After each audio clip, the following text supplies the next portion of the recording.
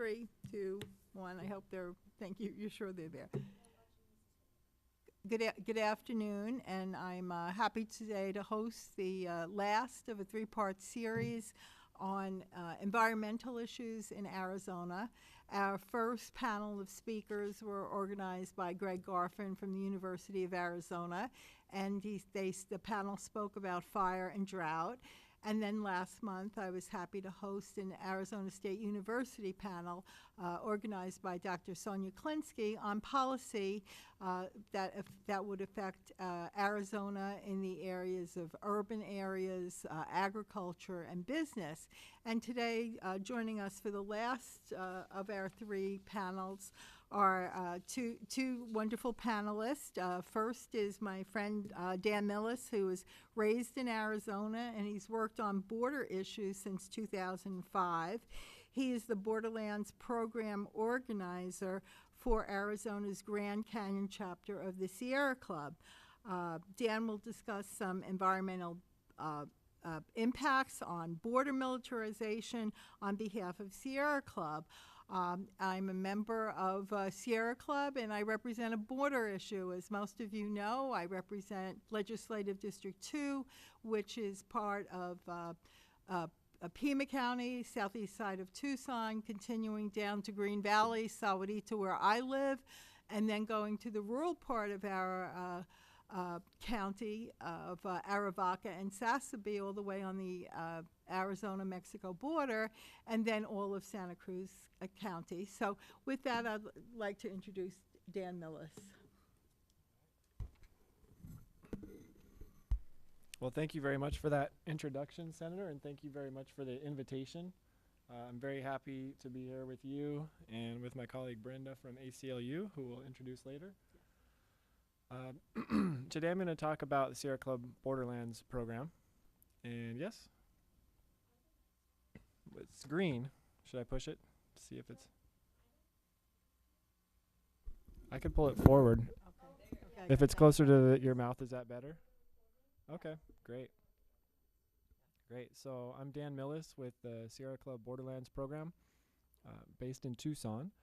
But I come originally from Flagstaff and have been in Tucson for the last 10 years or so, working on border issues with Sierra Club since 2008. And our program started sort of from the bottom up inside of Sierra Club. It was when the local volunteers in the southern Arizona area, some of whom are in Senator D'Alessandro's district, saw the changes occurring on the border. And this was back in the George W. Bush years, and what we saw back then were laws being waived and border walls being built without regard for what the local folks thought and without regard for the environment. So that's where our program comes from, and we'll hear a little bit more about both of those, about all of these issues. So let's see. Looks like the slides are not changing. Oh, there we go. All right. So I usually ask folks, what is it that you think of when you think of the U.S.-Mexico border? We have a limited audience here today, but what are some of the first images that might pop into your mind when you think of the U.S.-Mexico border? All right, 2 people say a wall.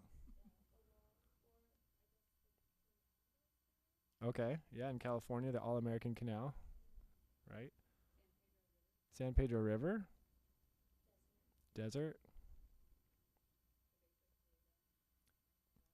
Cabeza Prieta National Wildlife Refuge. Yeah. What other images do we think of? People. Well, I've actually had the privilege being on one of Dan's trips to the border, so I think about my district in Patagonia, and I think about the freedom that the birds have to fly back and cross the border without papers.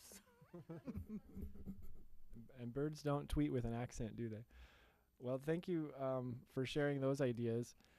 If we compare the ideas that we brainstormed here in this room with the images that pop up in the mainstream media, or in this case, in a Google image search, this is the Google image search for U.S.-Mexico border from just a few days ago.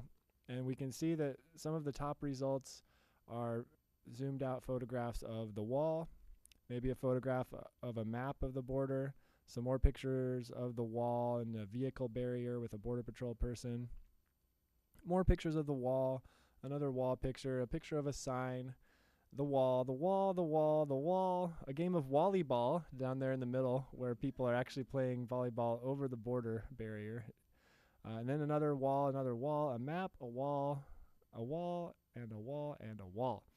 So it's very repetitive, this image of a wall on the border. We hear it all the time.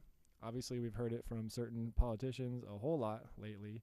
And so let's talk a little bit about walls. This is a photograph of a wall on the border. I took this photograph at the Lower Rio Grande Valley National Wildlife Refuge in Texas. And you can see the National Wildlife Refuge sign is still there. And this is a place where if we were to go, let's say, woodcutting without a permit or hunting without a permit, we could get in big trouble because this is a place that is protected by federal law. And it's like that for a reason. It's to protect the wildlife.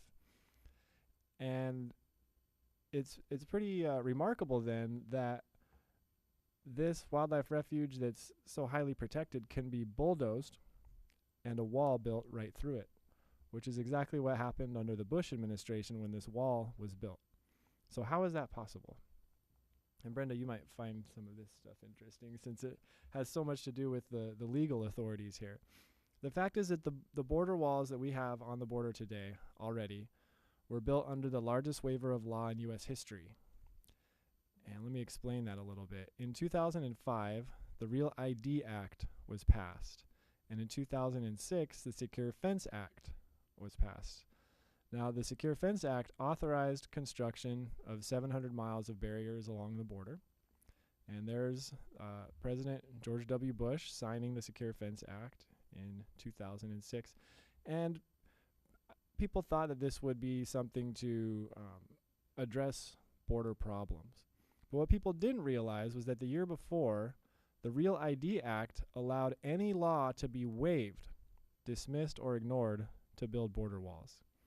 And the George W. Bush administration waived many, many laws, more than 36 laws, laws that protect endangered species, clean air and water, birds, archaeological sites, public health, farmland, rivers, coasts, Native American graves, religious freedom. This list shows 17 of the more than 36 laws that were waived. And as you can see, they're not just environmental protections. Because the Bush administration did not have to, and I should mention that Trump has also waived laws. More than 40 laws were waived in August and September of this year. So this waiving of laws has come back again 10 years later.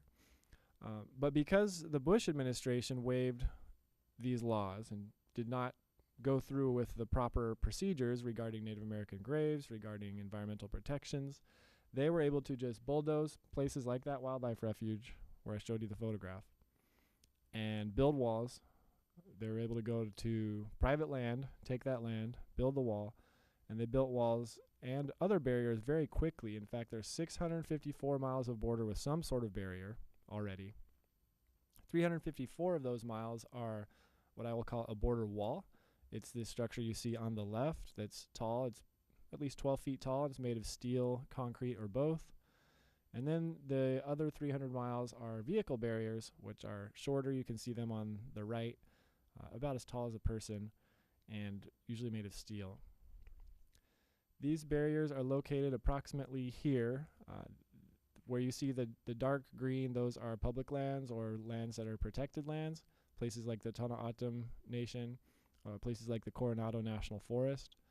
And where you see red, so-called pedestrian fence, although I'd like to point out that instead of a fence, this is actually a wall. Let's see if I can get my special effects to work. There we go. So where you see red is the tall stuff, and where you see yellow is the not as tall structure, the vehicular fencing. So why do I call it a wall? Because these are walls to wildlife. Wildlife are stopped in their tracks by these barriers that have been built without regard for the laws that protect wildlife. And these walls have been built through areas that are set aside specifically for wildlife. It's not just the deer that are blocked, but smaller species can be blocked, like this toad, in areas where the walls are solid. They go all the way to the ground, and they block, even snakes can be blocked, and birds. As we see in this photograph, a bird got stuck in between the layers of mesh and ended up dying up there in the infrastructure that was built on the border. It's worth noting that the vehicle barriers do not cause the same problems as border walls in terms of wildlife migration, with the exception of a few species such as bison, which I'll talk about later. In addition to blocking wildlife, these walls also block water. And we can see that in a very graphic way in this photograph. If you look at the city of Nogales, it is divided by a border and a border wall. And on the left-hand side of the screen, we see Nogales, Arizona. On the right side is Nogales, Sonora. And if you look where the hotel sign is, and there's some cars down there in the street, and look at this sort of before photograph, and then this photograph during the flood of 2008. And you can see how the wall acts as a dam. The wall is blocking the water flow, the natural flow of water. And again, maybe we can get the before picture and the during picture. You can see it's 6 feet deep on the Sonoran side of the wall. On the Arizona side, if you look on the far left part of the photo, you can see there is somebody walking in water about ankle deep or so. And so the wall was really damming all the water up. On the Sonoran side, it caused a lot of damage with cars, debris, garbage floating throughout the downtown area, millions of dollars in damage, people's businesses destroyed. And even the streets themselves were collapsing in some areas because of the immense amount of pressure built up there. This is kind of one of the most egregious examples of the flooding and water problems that the walls cause, but there have been many other examples, including examples where the walls have fallen down, walls have been pushed down by water, or erosion has occurred because border walls were built in places where water is supposed to flow. And the whole thing is quite absurd, as demonstrated by this photograph of a pile of ladders built up next to the wall. These are the ladders that Border Patrol found within a certain time period in an area that they patrol in South Texas. And those ladders are inexpensive to produce, whereas the wall, on the other hand, costs about $1,000 for every linear foot that has been built. Actually more. It's $6 million per mile on average. And these ladders cost $5 or $10, I imagine, maybe less. So they obviously don't work. Besides going over the wall, what are some other ways to defeat a border wall if you're trying to cross it? Any ideas? Going under, yes. Tunnels. We know about a lot of tunnels in Nogales that have been discovered, and I'm sure there are some that have not been discovered. Besides over or under the wall, what else do people do? Cut through it, and there are studies that show thousands of breaches. They cost thousands of dollars each, actually more than $1,000 each to repair. And then so people go over, they cut through, they go under the wall, and what's another very common way to get past the border wall? Go around it. And as you may have noticed in the map, the wall starts and stops. It's not continuous. And people going around these militarized areas, these areas where there is border patrol, walls, lights, all of that, people started going around that, especially in the mid-1990s, and then again in the 2000s. And that's when we started to see the crisis of the humanitarian crisis of migrant deaths in the borderlands. People walking through the deserts to avoid the walls and the border patrol in Nogales, for example. And so all of these non-solutions that we've thrown at the border, especially the wall, have caused other problems. So I'm here representing Sierra Club Borderlands and our priorities for 2018, and I wanted to tell you about the Santa Ana National Wildlife Refuge. On the screen is a postcard that shows one of the many bird species that call the Santa Ana National Wildlife Refuge home. And there's also a photograph of some wall construction at the Lower Rio Grande Valley National Wildlife Refuge from the mid-2000s.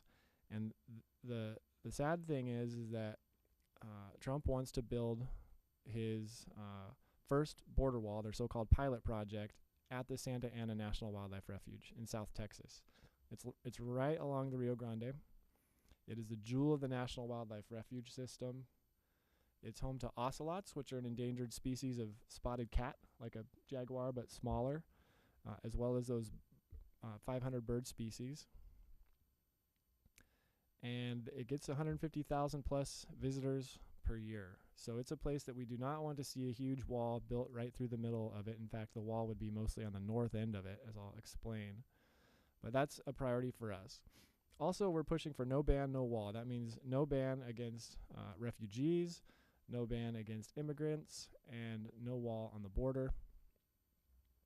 We are primarily trying to prevent congressional approval of money for Trump's wall, because we think that's the best way to prevent these types of destructive walls from being built.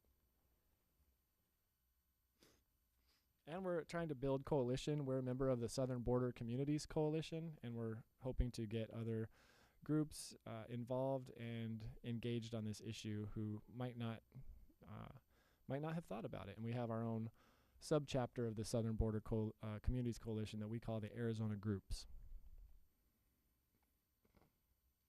We have done a march. This is at the Santa Ana National Wildlife Refuge. We did a march along with a number of local organizations that represent immigrant rights and local community concerns about the potential to wall off not just the refuge, but also some of the historic sites, some of the neighborhoods, some of the private land around there.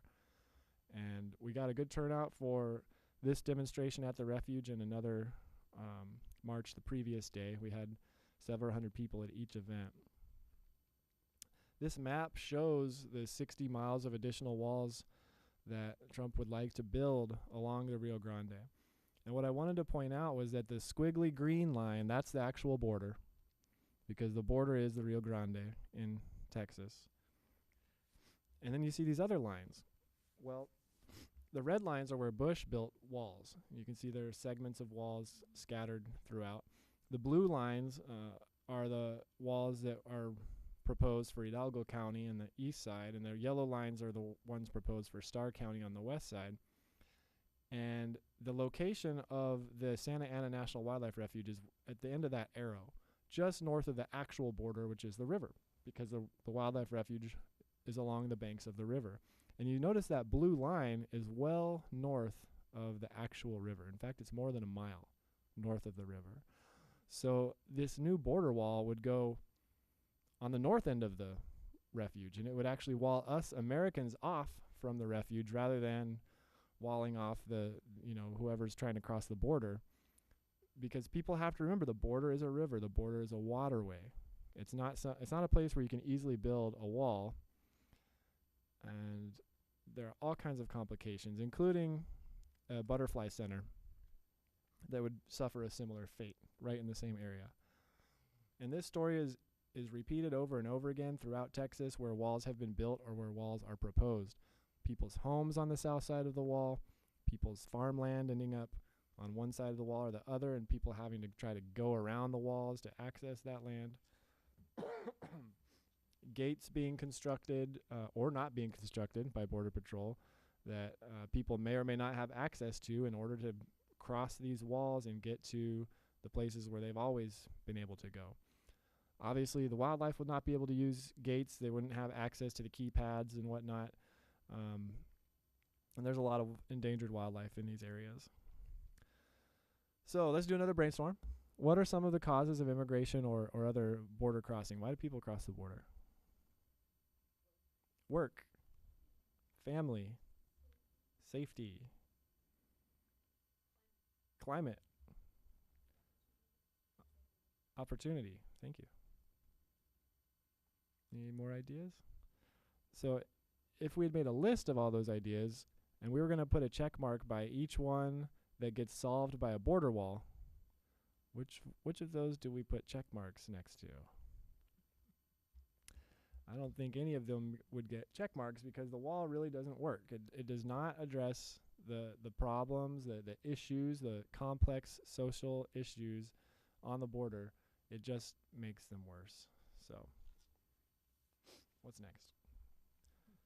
Oh, Sierra Club, what do we do about it? if the wall is not the answer, what are some of the answers? We think we need to address the root causes. And a great way to do that right now would be to support immigration reform, which means a clean dream act at this point. We think that would be a great first step to getting people permission or access to the legal methods of crossing the border. Right now, our system is very much outdated. It hasn't really been updated in a comprehensive manner since the mid-1980s. And I don't know about you, but I would not want to use any system that was last updated in the mid-1980s, for example, a computer or a cell phone, the size of a suitcase or something like that. And that's what we're working with when it comes to our immigration system. So the Clean Dream Act is a great example of a way to move forward on immigration. Another way to move forward is through sustainable development programs. And I have some photographs, or one photograph here of some bags of coffee, Café Justo, which is just coffee. And this is a coffee program that helps coffee farmers in southern Mexico sell their product directly to consumers in the United States. And what that does, it gets really good prices compared to maybe a more corporate model, really good prices for the farmers. And those farmers are the same folks who are being found here on the border. And this whole program came from a faith-based organization encountering migrants crossing the border near Douglas. And those people of faith asking the border crossers, why are you crossing the border? What led you to leave your home community? And they said, well, we work all year on our coffee farming. We don't get paid enough for our crop. And many of our community members are obliged to look for other opportunities. And so many of them end up crossing the border.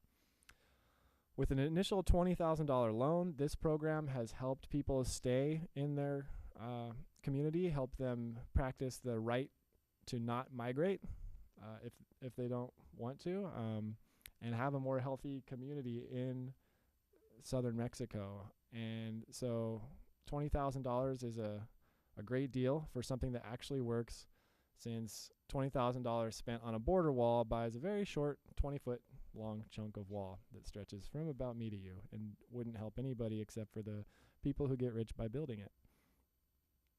We do a lot of grassroots and media outreach, so we talk to reporters, we talk to everyday people, we take field trips like Senator D'Alessandro mentioned. We do go down to the border, listen to the folks who live down there, people who are most impacted, and try to learn as much as we can and share that knowledge.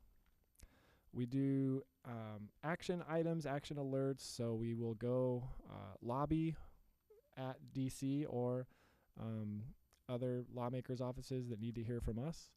And we will go to in-district offices, and we do a lot of organizing of different individuals and organizations that we feel compelled to work with. And so what I would like to encourage everybody to think of when we think of the U.S.-Mexico border, instead of that Google search of pictures of walls, why don't we think of pictures that look more like this one? And this is a photograph of, does anyone recognize this photograph? Any ideas on where it might be? This is one of our national parks. It's actually Big Bend National Park in Texas. But the amazing thing about this photograph to me is that only the right side of this photograph is Big Bend National Park in Texas. And the left side of the photograph is Área de Protección de Flora y Fauna Cañón de Santa Elena, basically the national park in Mexico. And so it's a binational photograph of a binational ecosystem, binational park, a binational beautiful place. And that thing in the middle that's shiny and wet is water, it's the river, and it's the border. And if we look at this map of the border, the red shows where the barriers are located, but the blue on the right shows the Rio Grande.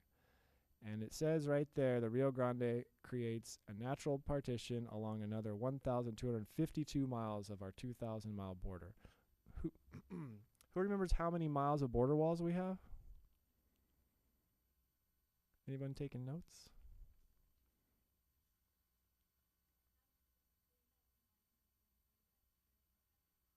Yeah, it's 354. So you had one extra number there. 354 is the actual number of border with walls, or the mileage of border that has the big tall walls like the ones that we saw in the Google image search. And meanwhile, we have 3 to 4 times as much water on the border. In fact, even, let's bring that map back. Even the Arizona's western nub of border there, that's the Colorado River. And we're talking about a borderline that starts in the Pacific Ocean, starts in the Gulf of Mexico, or starts or ends, depending on where you're going. And when you're not on the Rio Grande, if you walk that land border, you cross rivers and streams like the San Pedro that you mentioned, the Santa Cruz River, a variety of rivers, flash flood zones, arroyos, different wetlands, and I mean that's really what our border is all about, is the water. And where there's water, there's wildlife. In fact, this is the San Pedro River that you mentioned, Sandy. So the wildlife is just amazing. We have the common merganser in the last photo, the desert bighorn in this photo. Here are the bison that I mentioned. This is the only species that we don't want to block with a vehicle barrier, because the vehicle barrier is something that the bison's not going to be able to cross. And this is the last herd of wild bison that still crosses the border in the New Mexico Boot Heel area, the Janos herd of bison. And that's their natural habitat. It's right there on the border. The kit fox, jackrabbit, of course, and then our beautiful borderlands. So water, wildlife, landscapes, and of course communities, the people who live on the border. All of this should not be ignored. And some of those last scenic photographs I showed you come from the Continental Divide book. It's a great book. I brought copies of it if anyone wants one. Be happy to gift you one. This won the National Outdoor Book Award in 2014 and was written by a volunteer of ours, Krista Schleier, so we're very proud of her. So, if we can all work together and change people's minds and help people understand what the border is really like, then in the future, when we Google U.S.-Mexico border, the image can look more like this. And you'll notice, if you look in the bottom right-hand corner, I actually traveled to the future. It says Friday, November 20th, 2020. And we were also successful in changing people's minds about the U.S.-Mexico border, that when I Googled it, we got a picture of the wall, but we got the jackrabbit, the bison, the people playing volleyball, but also the landscapes, the water. We have a photograph there of some people making a mural on an old piece of border wall. We have a photograph of the river and the natural national parks and all of that, and some maps and walls and whatnot. But that would be a much more complete vision of the U.S.-Mexico border, and a more accurate vision of the U.S.-Mexico border than the one that we're confronted with every day by Mr. Trump, by the sensationalist mainstream media reports that we might see that are all about walls and drug cartels and things like that. Those things exist, but the border is so much larger, so much more complex, and so much more important, so it shouldn't be reduced to that.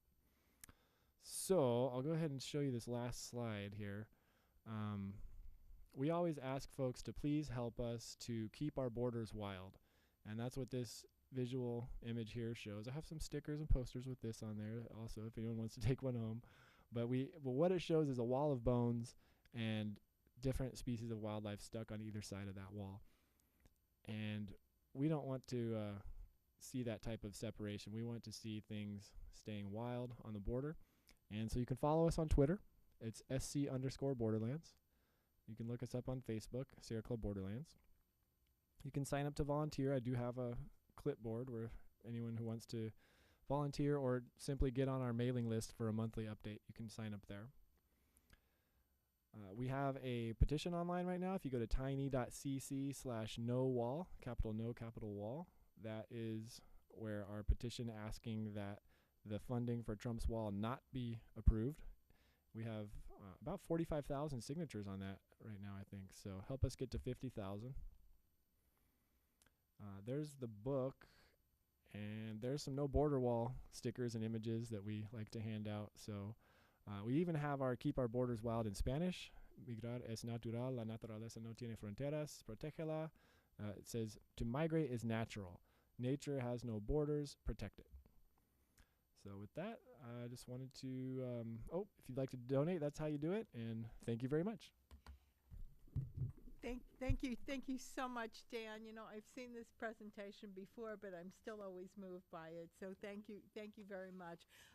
Joining Dan today is Brenda Munoz Furnish, staff attorney for ACLU of Arizona, and primarily responsible for the continuing work on Ortega Melendrez v. Arpaio, a class action lawsuit filed against the Maricopa County Sheriff's Office for racial discrimination against Latinos.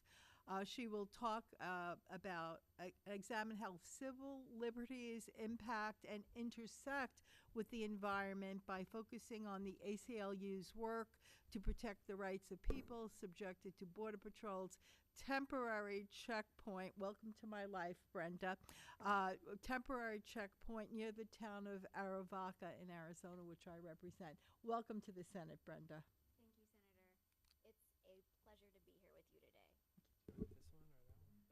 That one closer? I'll do this one. Great. Does that one work? Yeah. Okay. As the Senator said, my name's Brenda Munoz Furnish. I'm a staff attorney at the ACLU of Arizona. I want to talk today about my office's work along the border, and I really want to highlight the effects that the border and the over-militarization of the border has on people, because people are a part of the environment too, and I think that is something that is very important too that we need to discuss.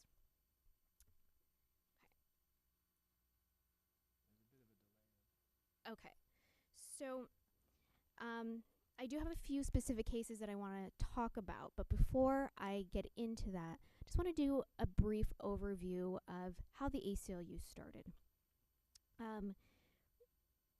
Right after World War I, in about 1920, there were widespread fears of communism. And the Attorney General at that time, Mitchell Palmer, began rounding up and deporting so-called radicals. These were called the Palmer Raids. Now, these people, for the most part, were rounded up and arrested and deported without any warrants, without any justification. So people looked around, saw what was happening, and the ACLU was formed. And I think that this photo is a really interesting photo. It shows those quote radicals awaiting deportation at Ellis Island. And this is the original caption of the photo, and it reads, "Photo shows anarchists, Reds, and radicals who were rounded up in NYC in last night's raids, arriving at Ellis Island. These undesirables will remain at Ellis Island until investigation and deportation proceedings have been completed. Many arrested in Newark and other nearby cities arrived at the island during the afternoon."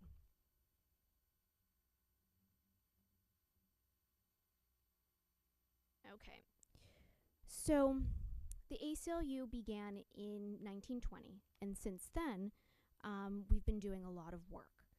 And our official mission is the ACLU is our nation's guardian of liberty, working daily in courts, legislatures, and communities to defend and preserve the individual rights and liberties that the Constitution and laws of the United States guarantee everyone. And we work on a lot of issues, but these are some of our key issues that we focus on. And right at the top, particularly here in Arizona, are border rights.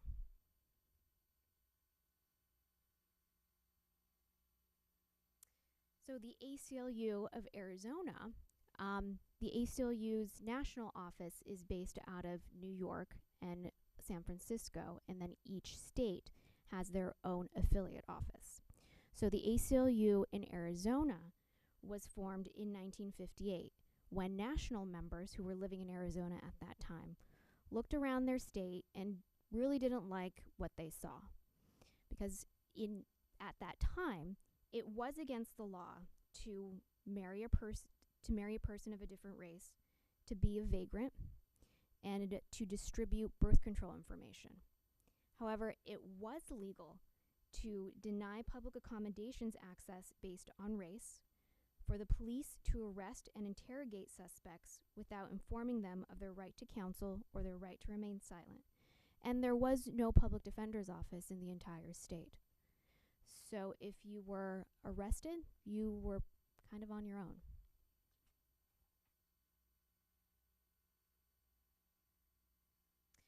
So this slide shows a few of some important cases that the ACLU of Arizona has brought over the years. One of the big ones is Miranda v. Arizona. This is the case where we get that caution when you're arrested, that police officers have to tell you have the right to remain silent, you have right to counsel. That's where that comes from. One of our newer case is Parsons v. Ryan.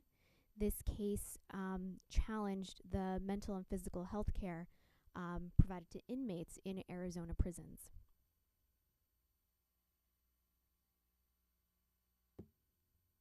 Okay, so as I mentioned before, border rights is a key issue that the ACLU of Arizona focuses on. And our border litigation project was launched in 2013 with our affiliate office, the ACLU of San Diego, with the specific purpose to investigate, document, and litigate civil and human rights cases along the border. And so the ACLU of Arizona has a small satellite office in Tucson, which is staffed by one full-time staff attorney who is solely dedicated to work along our southwest border. Our current Tucson attorney is named Billy Peard. He's been down there for almost a year now, and he's been doing some fantastic work, as Dan can attest.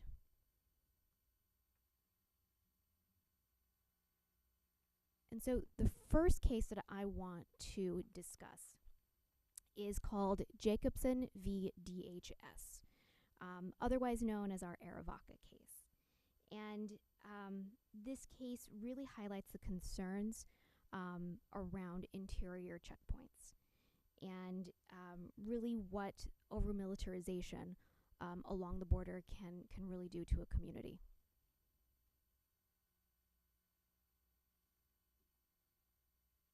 So to understand our Arivaca case, you really need to have a grasp on Border Patrol's authority within our state.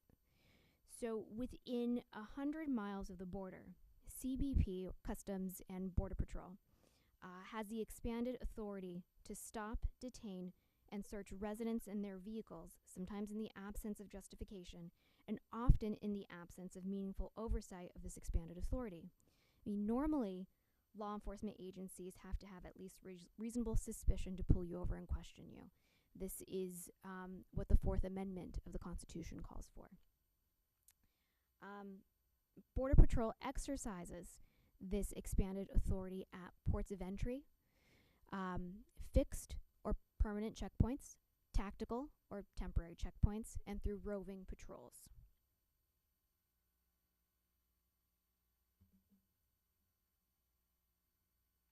So there are two kinds of checkpoints, permanent and temporary. Permanent checkpoints really are what they sound like. They have permanent buildings around them, and temporary checkpoints have temporary structures such as ramadas or trailers or storage units, and they're really only supposed to be there for a short period of time. Temporary checkpoints are also usually located on secondary roads that see significantly less traffic. And motorists have to stop at these checkpoints, regardless of their permanency, and are questioned by Border Patrol agents. Now, by definition, the stops at these checkpoints involve the seizure of innocent motorists, often without any suspicion or wrongdoing, which, again, this goes contrary to the Fourth Amendment of the Constitution. Additionally, Border Patrol agents at checkpoints regularly ignore the limits of their authority, and this often results in widespread civil rights violations, including unlawful searches, prolonged detention, racial profiling, and the excessive use of force.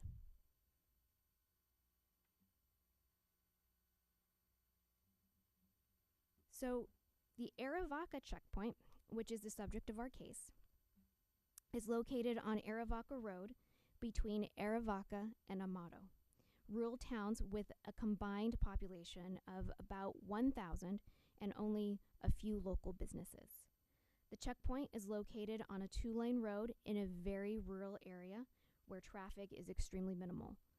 And this is a temporary checkpoint, and so there is a very small shelter on the south side of the road from which agents conduct their inspections.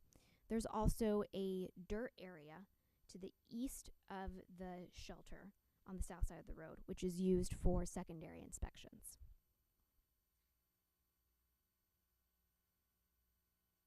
So this is an aerial view of the Arivaca checkpoint, and as you can see, all of the structures at this checkpoint are temporary. There is a storage container that acts as a temporary office for the agents that staff the Arivaca checkpoint. There are portable restrooms, and there's portable lighting.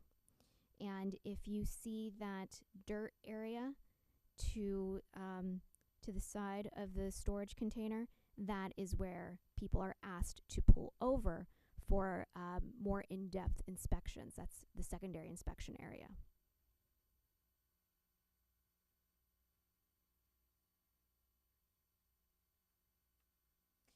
This checkpoint, although technically temporary, has been in operation for about 10 years. And Arivaca residents have to pass through this checkpoint almost daily, pretty much to do everything that people normally do in their lives. Go to work, go to school, go to the grocery store, go to the doctor. They have to stop at this checkpoint. They have to be subjected to questions and very possibly extended detentions. Because of this, many Arivaca residents have reported constitutional violations at the checkpoint, including prolonged interrogation and detention, invasive searches, false alerts by drug-sniffing dogs, racial profiling, verbal harassment, and physical assault.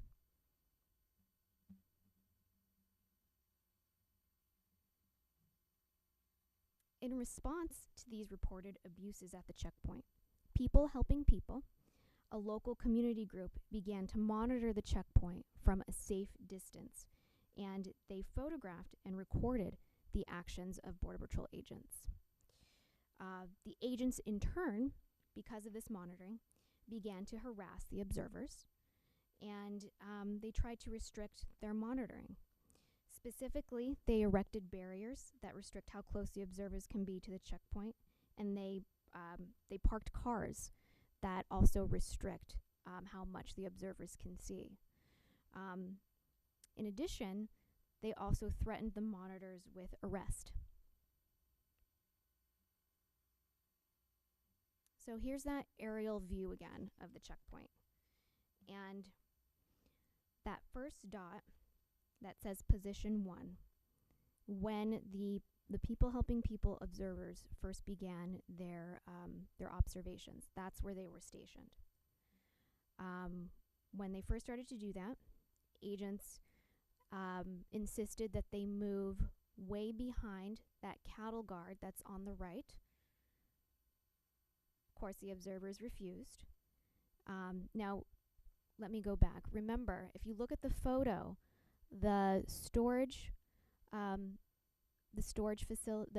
container that acts as the office where inspections are conducted, it's way over to the left of the picture.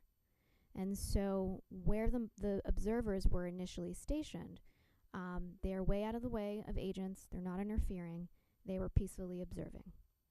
So after agents insisted that they move behind the cattle guard, the observers voluntarily moved to position 2 across the street, even further away from where all the action was. The agents at that point called sheriff deputies, and the sheriff deputies threatened them with arrest. After that, then the observers voluntarily moved to position 3. And in addition to being threatened and being told that they had to move, the agents then erected barriers and created an arbitrary enforcement zone. Now, before the people helping people began their activities, there were no barriers, there was no designated enforcement zone. And since then, Border Patrol has maintained those barriers.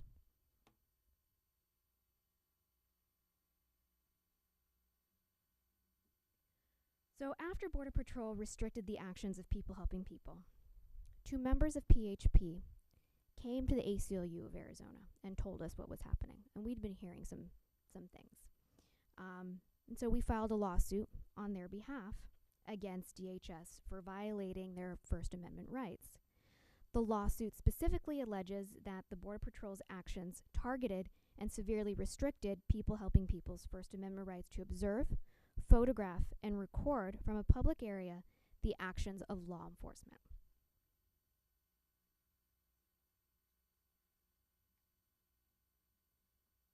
So we've officially filed suit in November of 2014 with our co-counsel, the ACLU of San Diego, and the law firm Covington and Burling.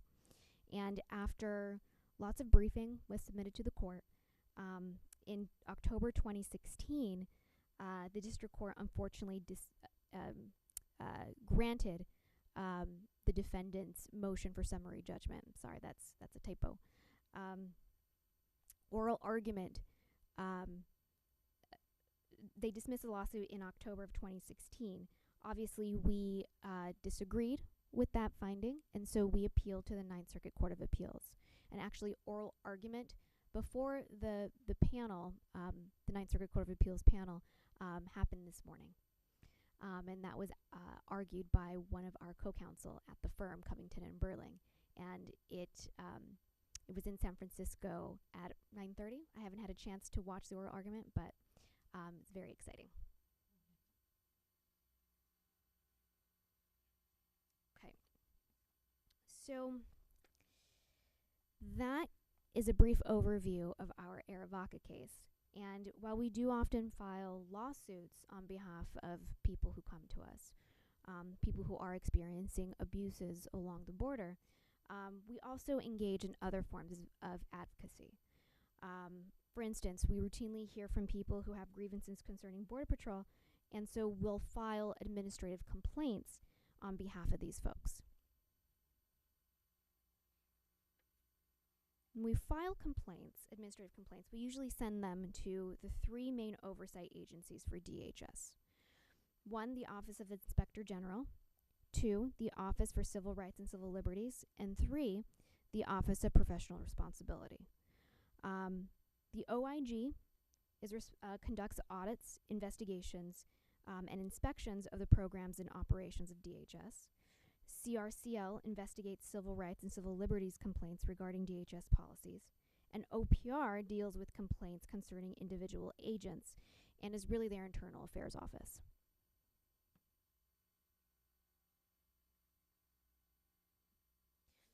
So we get a wide variety of complaints concerning Border Patrol and Border Patrol agents. But most involve roving patrols and trespassing, racial profiling, agents using excessive force, and illegal searches and seizures. Just to give you an example of a complaint that we might get. One woman who approached us has lived near the border for years on acres and acres of property. And she experiences frequent intrusions onto her property by Border Patrol agents. About a year ago, while she was on her property, she witnessed 3 agents dressed in camouflage, carrying assault rifles, walking along near her home. Obviously, this is going to be scary for anyone. She promptly calls the sheriff. She calls Border Patrol to get some more information and to report that there's these pretty scary guys with guns on her property. They inform her that they're Border Patrol agents and they're so tracking bodies in an exercise that they're having, and they wandered onto her property. Before this, she received no notice of any sort of exercise, and they refused to give her any more information. This is just an example of the intrusions that she experiences pretty regularly. This same woman has also discovered random bullet holes in her home. She has seen Border Patrol vehicles turn over near her property. And she has seen her fence that borders her property cut, which she has seen agents cut. This woman no longer feels safe in her home due to the extreme militarization of the area, and she's really having a hard time leaving the area because she can't sell her home because of these intrusions.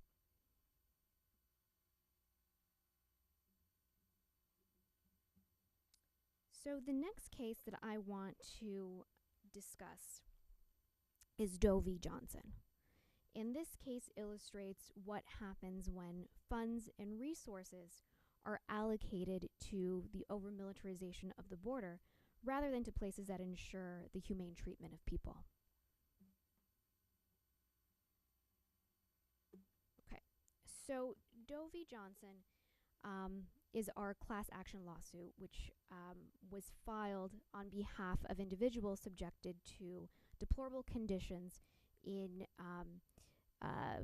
CBP's short-term detention facilities in Tucson sector. The ACLU of Arizona, the National Immigration Law Center, the American Immigration Law Center, the Lawyers Committee for Civil Rights of the San Francisco Bay Area, and the law firm Morrison and Forrester are all co-counsel on this case.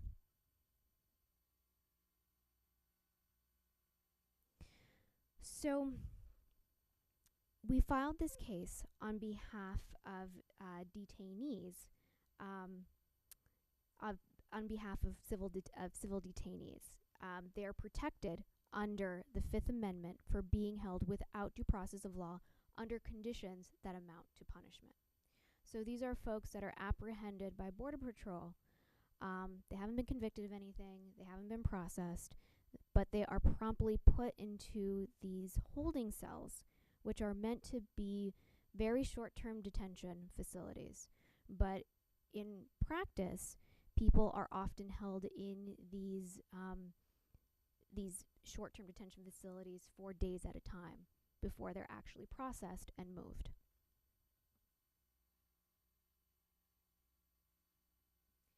So Tucson sector is the second largest CBP sector on the border. And this sector covers pretty much all of southern Arizona. And they see a lot of people, and as I just mentioned, they're supposed to, the cells in these detention facilities are designed for temporary use, no longer than 12 hours. But most people are there often for 24 to more than 72 hours.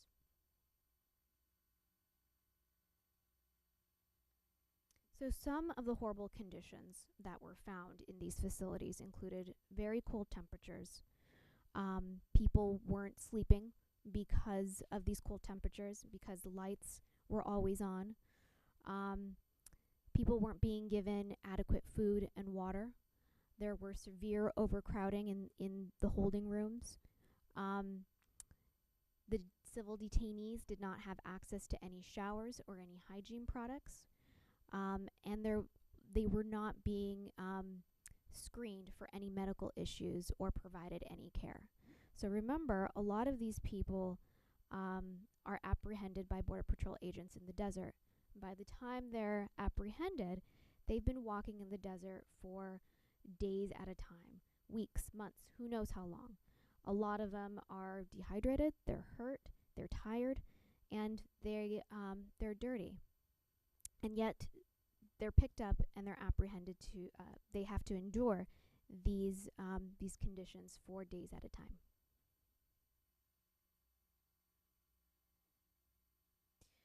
So this slide gives a brief overview of the history of the case. The case was filed in 2015. And then along with the complaint, we also filed a motion for preliminary injunction, asking the court to stop the unconstitutional conditions of detention while the case proceeds. In 2016, the court granted our class action status in the case, so we could officially represent all civil detainees in Tucson sector. And then in November of last year, a little over a year ago, the court granted our motion for preliminary injunction, requiring Border Patrol to make certain improvements to these short-term detention facilities. And then we are scheduled to go to trial next year.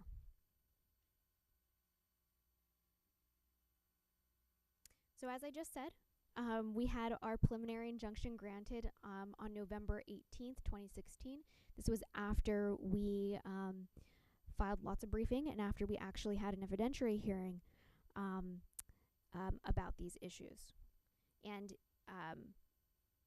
in the court's order, the court said that purgatory should not be worse than hell, which I think was so accurate and so telling.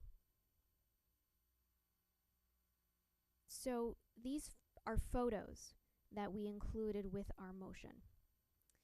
And they show what some of the people who were apprehended by Border Patrol and who had to be detained in these facilities had to endure.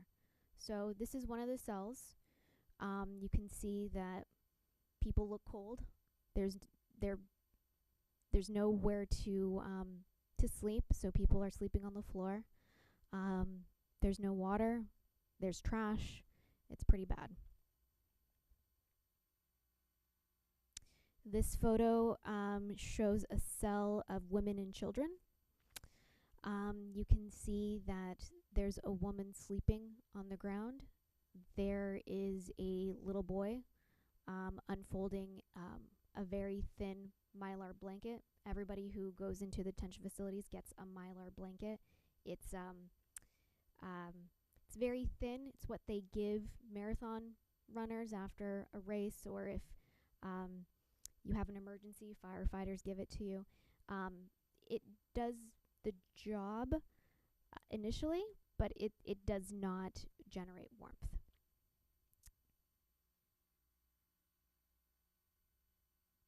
This shows extreme overcrowding. These are people. They look like, this does not look like a photograph of people, but they're people. These are people jam-packed. They're trying to sleep, all folded in their Mylar blankets.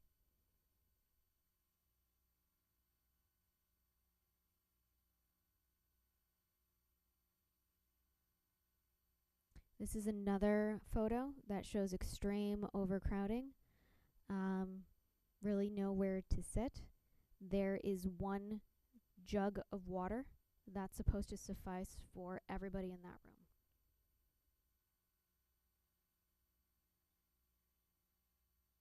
Here's more nowhere to sleep. People sleeping on the floor. Those Mylar blankets everywhere.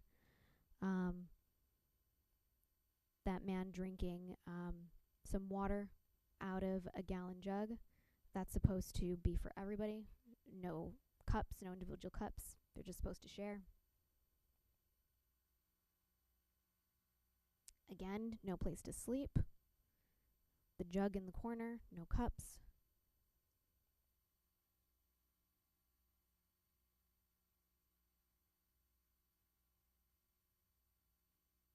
This is a woman who is trying to change her baby's diaper on the floor.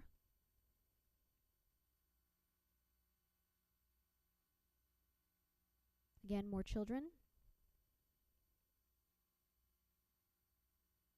And that's all that I have for everyone today. Thank you for listening to some of the work that the ACLU of Arizona does, specifically our border-related work. You can visit us at our website there on the screen and get more details of some of our other work that we do. Thank you. Thank you very much, Brenda.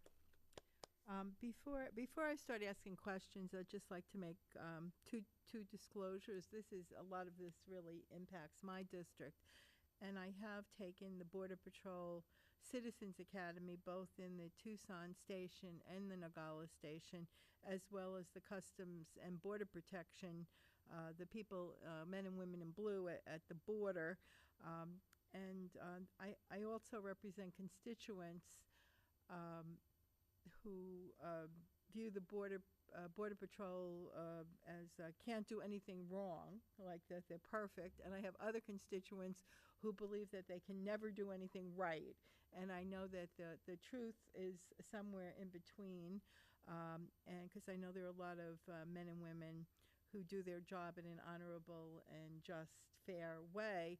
But I will say that in my classes, I've never seen the detention facilities or ever saw them portrayed, in a bad way. So I didn't see the reality. So I realized that. I guess the first things I was thinking about, I'm very involved in my legislative district, and I've met a lot of people who've lived a long time, and I think of some of my constituents who remember when they were children going across the border with their allowance money to go to Mexican candy stores to buy their treats for the week. And I also have met veterans who were at Nogales High School in November 22nd, 1963, when JFK got shot. And they told me that no one was sure what was going to happen. So it was actually junior ROTC young men at that time. They didn't allow women in the junior ROTC yet to go to secure the border in Nogales. So those are really special memories of the way things used to be. My first question, and anyone in the audience may ask a question too. Just you have to go to the podium that our video recording will be able to capture you. Not literally. Often, I know there are a lot of people, and this is, both of you can, chime in on this, that chime in and never been to the Arizona border, and they have this misconception that it's open borders. And I'd just like you to comment on, well, let me just tell you my story that happened with Dan when I was on a trip with Dan. It was one of my constituents. We were on private property right on the border, and there were maybe 10 or 12 of us in the group, 2 vehicles, and I just said, oh, look up in the hills. I can see several Border Patrol cars looking at us. In a isolated, very, very rural place, and sure enough, they came down to see what we were up to, and just check out that we were, we weren't up to doing anything illegal or anything else. But could either of you comment on your perception of people who say open borders in Arizona? Is your experience similar to mine, or different, or? Thank you.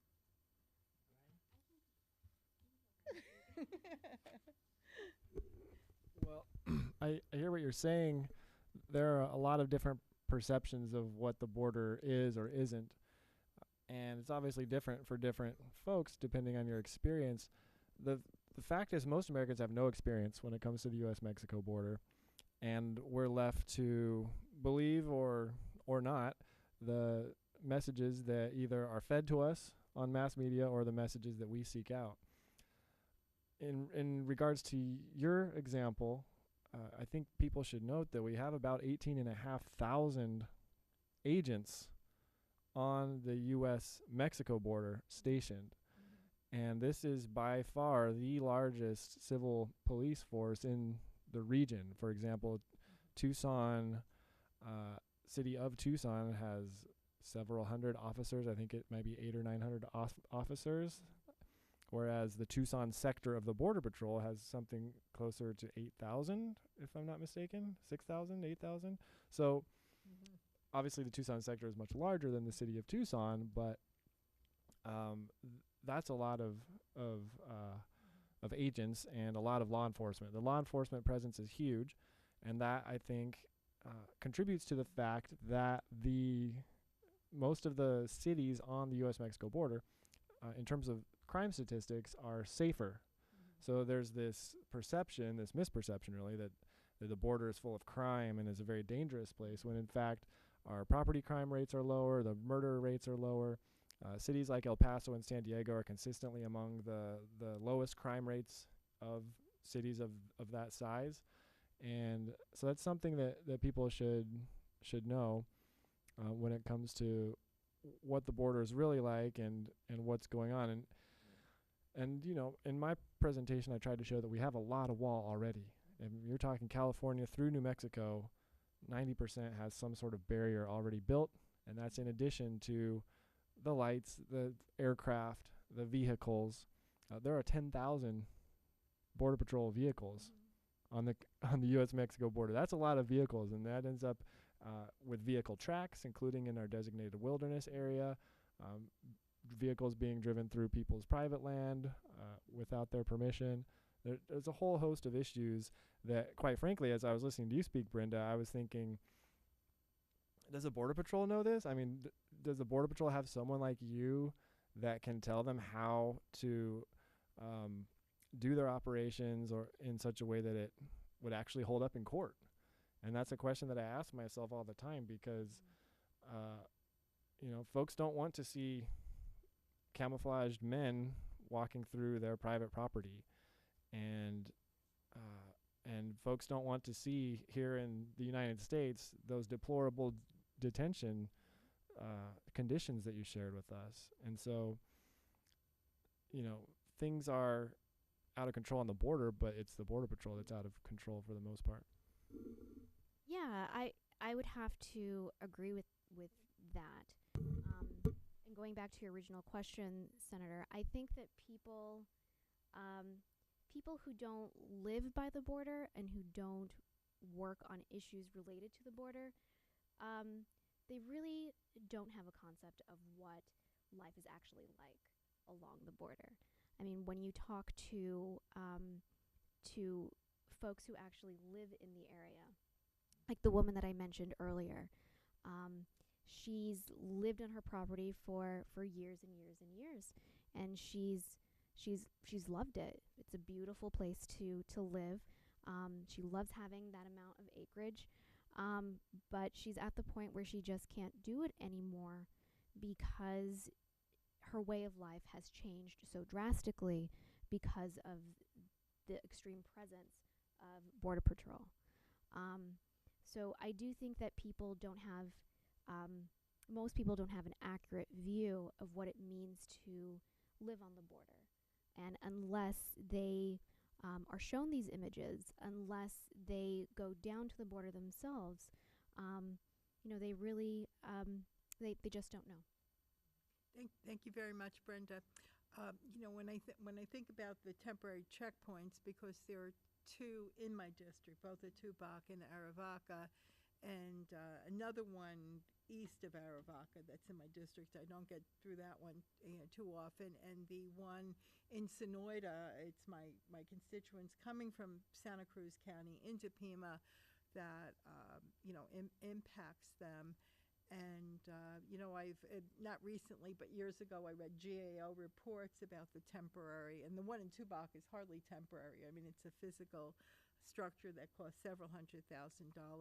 I also am aware of incidents in Arivaca with Congressman Grijalva getting stopped at a temporary checkpoint, and former Governor Castro getting stopped on his birthday when he was, I believe, 96 or 97 years old in Tubac, and I know that, you know, that had made national news.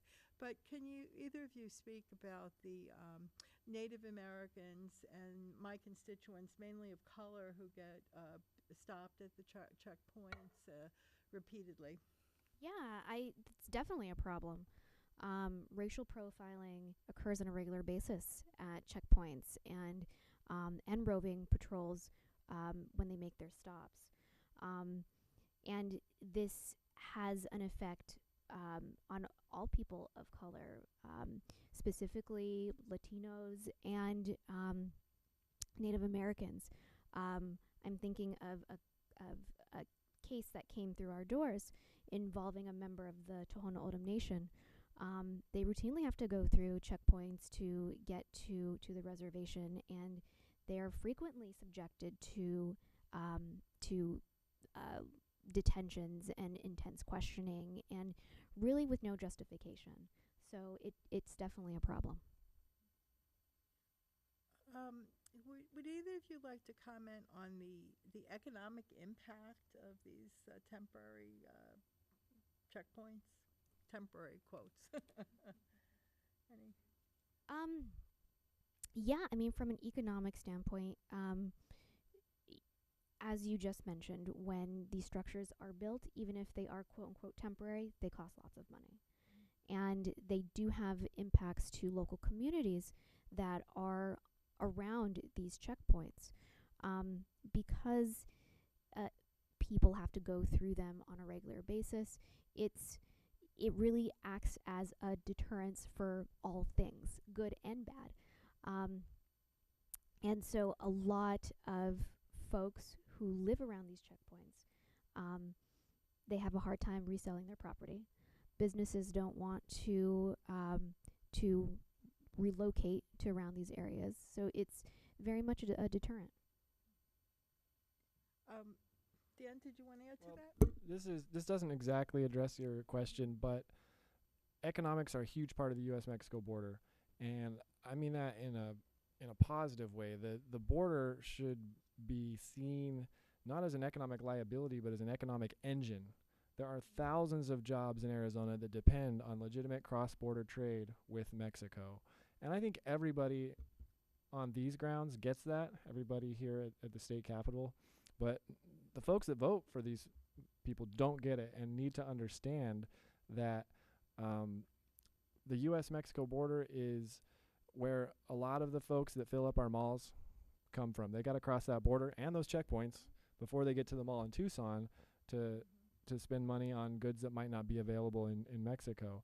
We have more tourists crossing the border from Mexico into the U.S., primarily economic tourism to go shopping, than we have, the typical gringo tourists going down to Rocky Point or whatnot. It's actually, we're bringing the tourists and benefiting from it in a big way. And so people should understand the economic importance of this border that unites our two countries rather than dividing them. I can remember when I was representative-elect, because I was elected first to the House, and then I got promoted 14 months later to the Senate for, I like to say, for bad behavior. But I remember going to a one-day conference on realizing the power and positive things of the 21st century border, what an economic stimulus it is. And Dan, I'm glad that you mentioned Just Coffee, because when I arrived in Arizona in 2004, that was one of the things I learned about. And I coerced the pastor of the Catholic Church in Green Valley to sell, Just Coffee.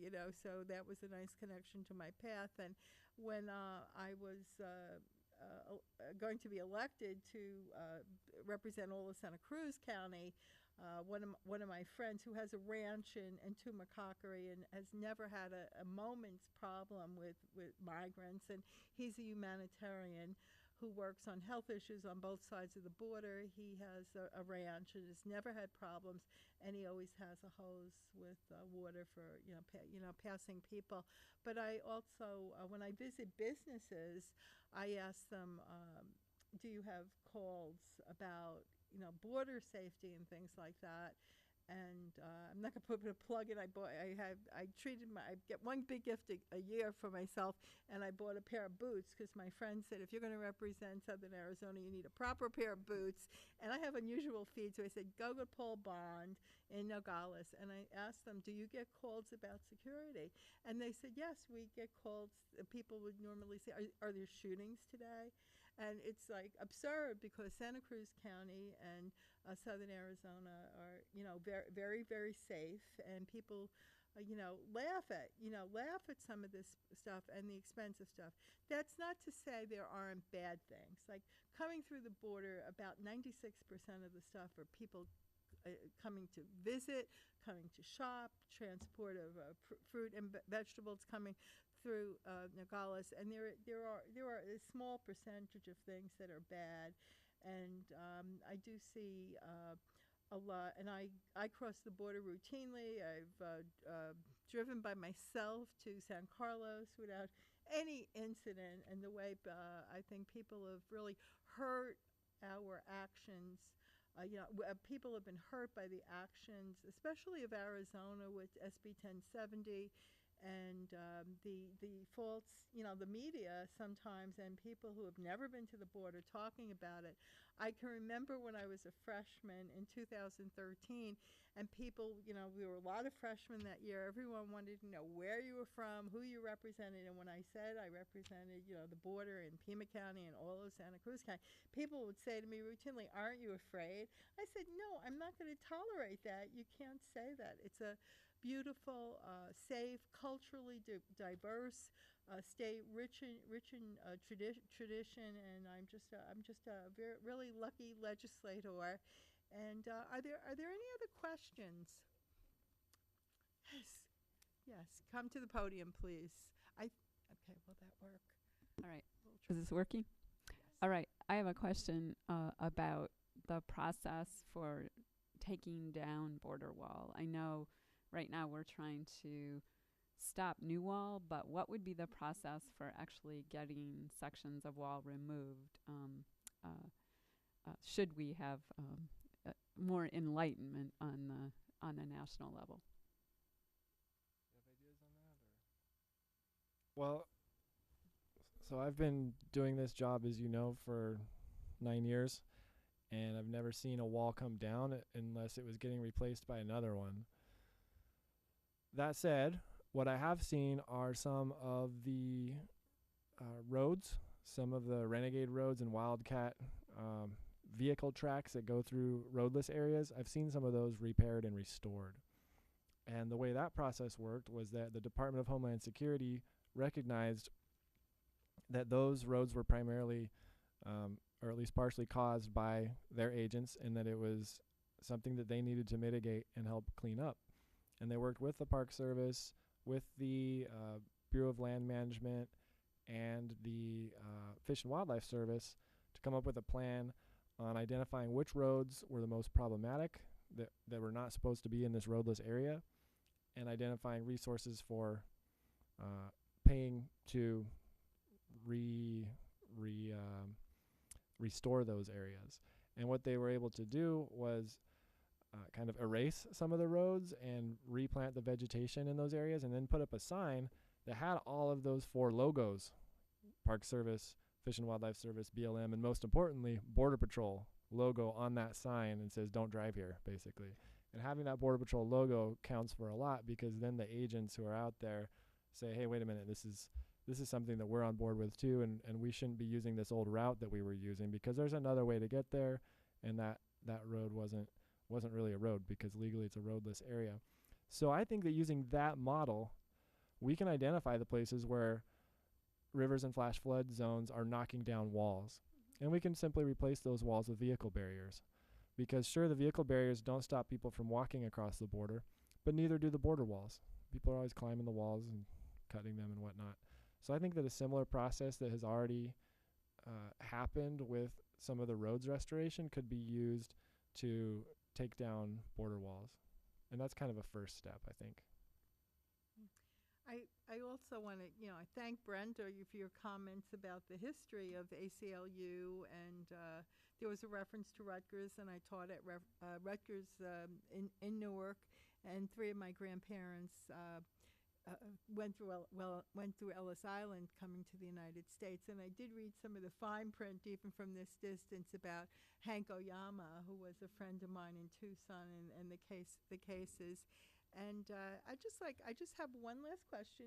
It's for Dan. I know that you had a symposium last week in Green Valley or Sahuarita, and if you could tell us about your efforts there to bring together some of the border community. Absolutely. Thanks for bringing that up. We got together with a sampling of different groups from different sectors in the U.S.-Mexico border.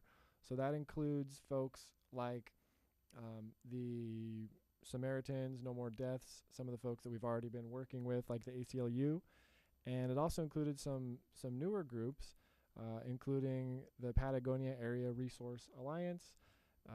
It included a group called Indivisible Tohono, which was represented by 3 women from the Sells area on the Tohono O'odham Nation.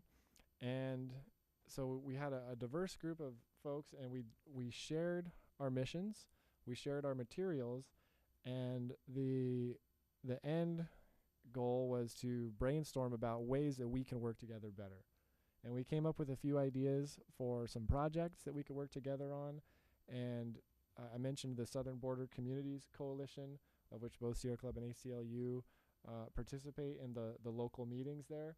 And everybody was invited to continue to participate in those meetings moving forward so that we can stay in touch and keep working together. So that was down at the Good Shepherd UCC Church in Sahuarita.